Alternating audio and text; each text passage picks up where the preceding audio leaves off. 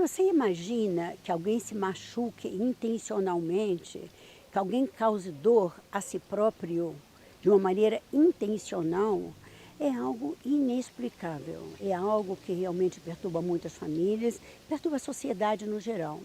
E as pesquisas indicam que o número de adolescentes que estão se causando dor, que estão se automutilando, que estão criando autolesões, está aumentando bastante. E esse comportamento autolesivo, ele começa ao redor de 13, 14 anos e parece que isso é um fenômeno no mundo inteiro. Só que no Brasil, o número de adolescentes que causam lesões a si próprio é muito grande. Então, o Brasil é o quinto país do mundo em comportamento autolesivo. Comportamento autolesivo, o que é isso? É quando a pessoa se machuca, ela se corta, às vezes com canivete, às vezes com gilete, às vezes com faca, ou ela se queima, ou ela causa, de um modo ou de outro, alguma injúria ao seu próprio corpo. Em geral, essas lesões são feitas na barriga, são feitas nos braços, nas costas. O adolescente, em geral, ele tenta cobrir essas lesões para ninguém ver, então ele começa a usar mangas compridas, ele começa a usar a calça comprida o tempo todo, ele começa a se cobrir para que as famílias não vejam que ele está fazendo isso. Então, se você tem um adolescente que está agora usando mangas compridas o tempo todo, que está passando muito tempo sozinho, que tem manchas de sangue no lençol, em alguma coisa no quarto, desconfie que ele possa estar envolvido nesse comportamento tão doloroso que é o autolesivo. Agora imagine, como é que alguém pode pensar de intencionalmente causar dano ao seu próprio corpo? Por que isso aconteceria? Olha, naturalmente, nós temos que pensar que é o desespero, é o sofrimento psíquico de tanta intensidade, que leva a pessoa a fazer um ato como esses.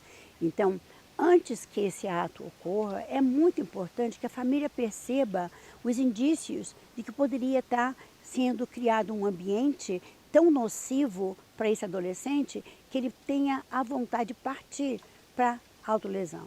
Então, o que acontece quando o adolescente se corta? Por que ele faz isso? Primeiro, ele se corta porque ele não tem esperança de ter prazeres na vida. Então, aquele vazio enorme que ele tem no coração, aquele vazio que ele tem na alma, aquela falta de esperança, de alívio, aquele sofrimento muito intenso, leva ele a se cortar, porque a dor que vem de um corte era mais fácil de administrar do que aquela dor intensa que tem na alma, que tem no coração do adolescente.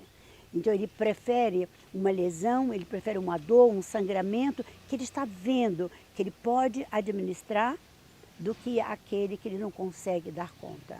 Então, em geral, o precursor desse comportamento tão problemático é a falta de esperança, é um vazio existencial, é o nada de esperança no futuro. Então, como é que os pais podem ajudar? Os pais podem ajudar dando apoio a esse adolescente, não é criticando, não é punindo o adolescente que está se machucando, mas sim dizendo para ele, eu estou com você, eu quero te ouvir, eu quero saber o que se passa com você. E ao expressar seus sentimentos, ao falar do que está acontecendo, muitas vezes esse adolescente vai ter alívio e vai se sentir muito melhor, diminuindo gradualmente a autolesão. Agora, se você é pai e mãe, se você tem um adolescente que está ficando no quarto o tempo todo, usando manga comprida, esse adolescente que está falando, a vida não tem graça, desconfie que alguma coisa pode estar acontecendo. E a agressividade, às vezes, também é um sinal, porque o adolescente está tão desesperado que ele põe para fora, muitas vezes, não em termos de uma confissão dos sentimentos dele, de angústia, mas em termos de uma palavra agressiva, um desaforo que ele diz para os pais, para os amigos. Então, é uma pessoa que está sofrendo. Entenda a dor desse adolescente. Tá? Agora, adultos raramente se automutilam, mas não quer dizer que nunca aconteça. Um outro fator que pode levar a isso é o uso de drogas. Porque o adolescente às vezes começa a usar drogas e ele começa a sentir uma desesperança no mundo ao redor dele, acha que nunca mais vai sair dessa. Outra possibilidade, que também leva a isso, é ter um pai ou mãe ou alguém próximo na família que tem um transtorno mental, que age com tal instabilidade no dia a dia que esse adolescente fique perdido, sem saber que direção levar. Mas a causa primordial que eu tenho visto nos adolescentes que se automutilam é o vazio dentro deles, é não ter esperança para o futuro, é ver tudo de uma maneira extremamente negativa. Então, convenhamos, é a depressão também. A depressão está ali no meio de tudo isso. E é importante que o adolescente tenha esperança, que ele saiba que as coisas podem melhorar. Se você está se causando algum machucado, se você está se cortando, tente fazer o seguinte, pegue uma caneta dessa de ponta de feltro e quando você tiver vontade de se cortar, esfregue a caneta no lugar que você se cortaria, esfregue com força, porque pelo menos você não vai ter infecção, você não vai ter nada ali que possa te causar um problema maior. Mas vai te dar alívio também, porque você está colocando para fora alguma coisa. Se você está se machucando, procure ajuda. Não tenha vergonha de dizer que você está desesperada. Fale do que você sente, fale do que você pensa, para que alguém possa te auxiliar. Seja mãe, pai, um professor, seja um padre, seja um pastor, e peça para ir num psicólogo, se for o caso, também na sua família. Então, não deixe que as coisas rolem, não deixe que as coisas piorem. E aí tem uma pergunta fundamental que sempre me fazem.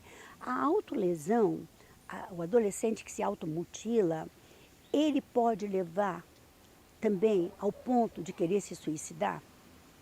Não necessariamente. A grande maioria dos adolescentes que se cortam, que se queimam, que se machucam, não tentam suicídio.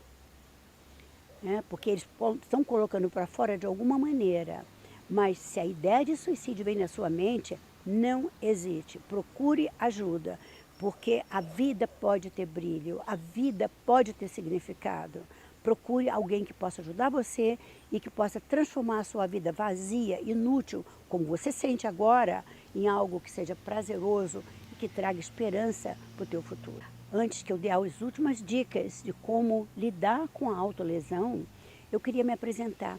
Eu sou a doutora Marilda Lippe, eu tenho uma clínica que trata de problemas psicológicos, que é o Instituto de Psicologia e Controle do Estresse. Se você quiser saber mais, acesse meu site, que é www.estresse, em português.com.br.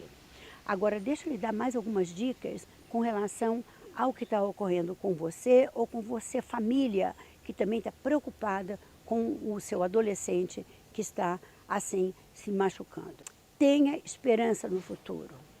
Faça uma lista, escreva tudo de bom que você tem na vida. Escreva, porque ao escrever a gente toma um contato mais direto com aquilo que tem significado para a gente. Tá? E pense o seguinte, essa época em que tudo parece estar desmoronando, em que você não acha significado em nada, vai passar. Você vai se transformar num adulto que vai ter um futuro. Olha quantos anos pela frente de possibilidade de tudo dar certo. É uma época difícil, mas você pode atravessá-la se você pedir ajuda e se você pensar de uma maneira diferente. Então, o ponto primordial, mude o seu pensamento. Tenha esperança no futuro. Fique bem.